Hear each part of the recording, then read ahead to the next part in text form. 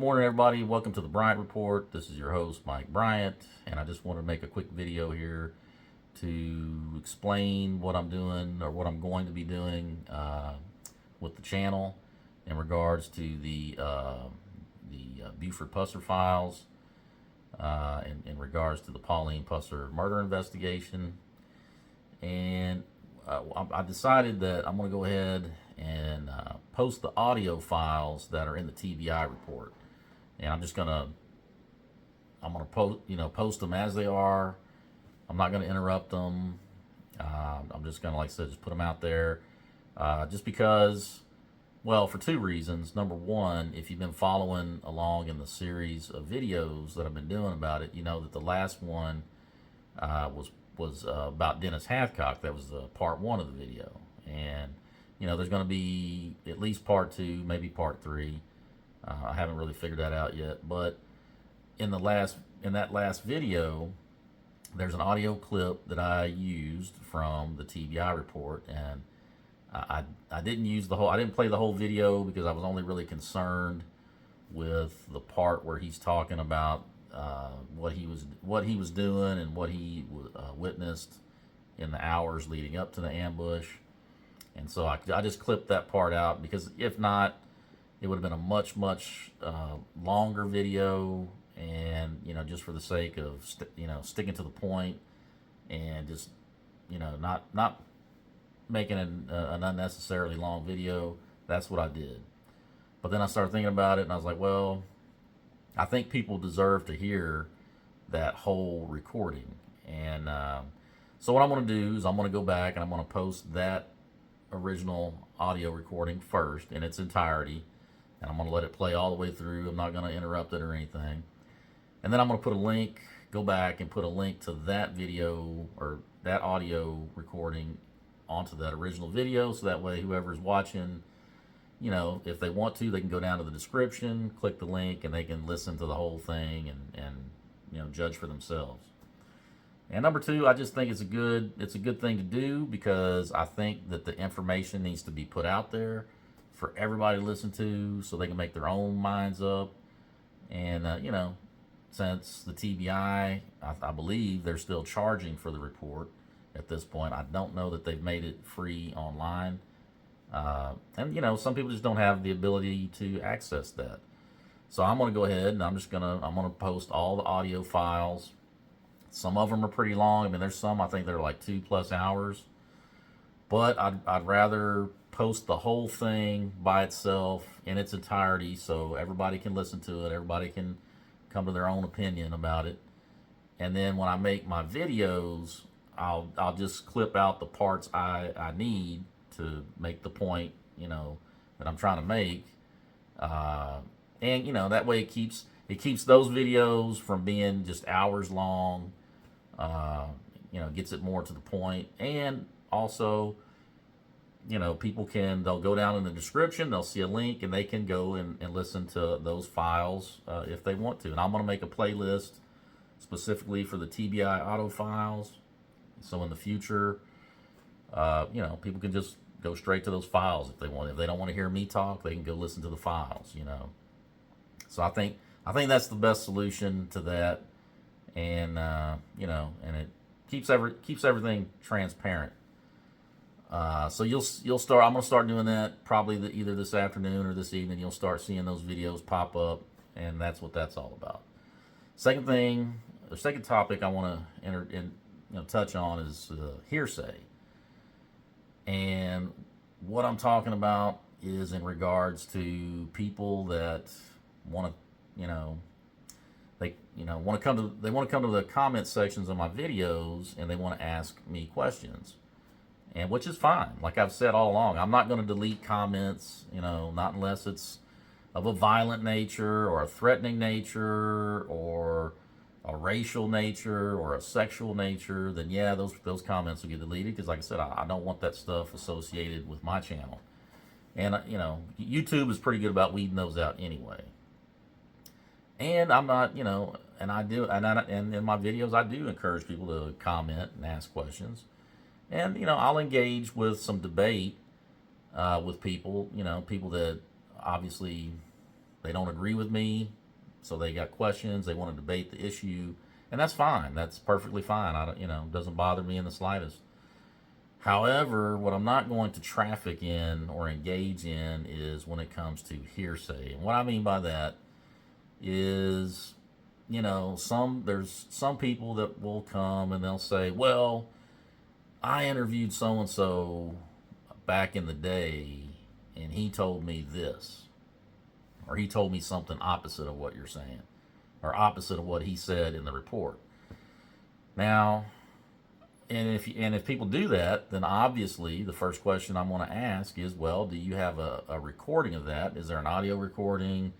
Do you guys have an email exchange together? Is there something written down that you can reference? And if you can't, then I'm just going to leave it there, because it's just one of those things where you can't verify that kind of stuff, and it's really just a distraction, is all it is. And anybody can.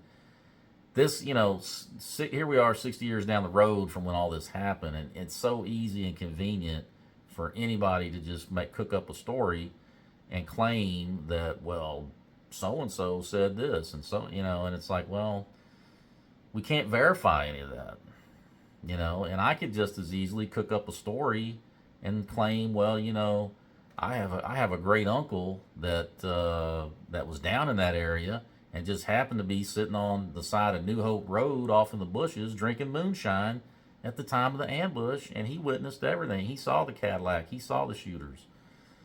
I could do that. And what's convenient about those kind of stories is you can't prove me wrong. I can't prove that it happened, and you can't prove that it didn't happen. So, and that's why I say it's just a distraction. It's something to draw the focus away from the discussion and just bog people down. And so I'm going to stick to official documents, the TBI report, FBI files, court documents, police records. If you've got like video from a news report or an interview that they did on TV, or if there's news articles, I'll even accept that. Because the problem is you're dealing with a TBI report that is so chock full of hearsay to begin with that I don't want to introduce anymore. I'm not going to entertain that in the discussions, and just expect if you come in and you drop that information in there, I'm going to ask those questions, and if you don't have an answer, then, or if the answer is no, then it's not. I'm not trying to be rude. I'm not trying to be disrespectful, but I'm not a gossip channel. I'm not going to engage in that.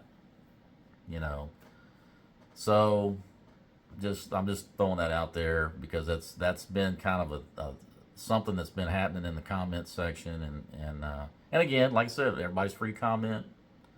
Go ahead, and you can even put that in there. But if you do, don't really expect much of an interaction with me.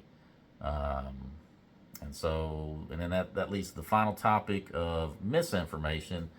Now, some of you might know I did a response channel to the certain individual who, I guess, has started a petition on change.org to have my YouTube channel removed along with another channel. And so I made a response video, and I responded to what he said. But something I forgot to mention is he claimed in the petition that he's got out there, the reason that he cites for removing my channel is he's claiming that I'm putting out misinformation. Now, when I make my videos and post them online, I will source something from the file or a news article or something of that nature, something that we can point to, something tangible that we can put our hands on and see that, well, this person was quoted by a news reporter on this day, or they're quoted in this document saying this, and that's what I try to stick to.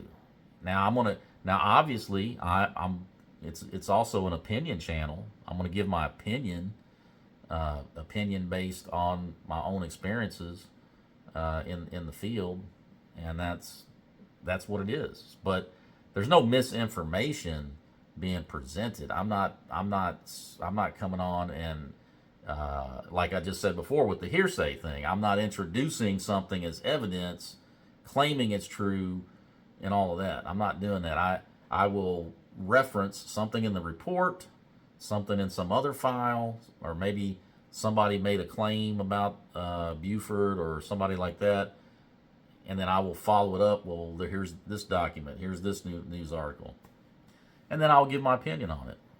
So that's not misinformation.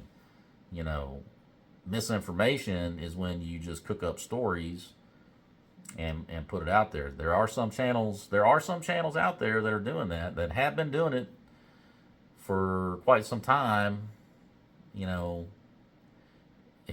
Coming up with stories, as the story goes, or legend has it, or this isn't a legend channel, this isn't a gossip channel.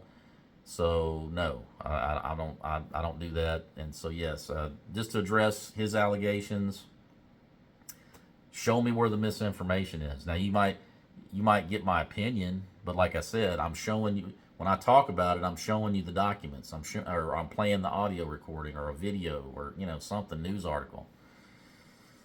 So I think that I pretty well beat that up, and I don't want to waste any more time of you guys. Today's the day after Christmas, and I hope everybody's in good health, and I hope you guys had a very Merry Christmas. Hope Santa gave you the presents that you asked for, and I guess have a good day, and I will see you on the next video. Take care, everybody.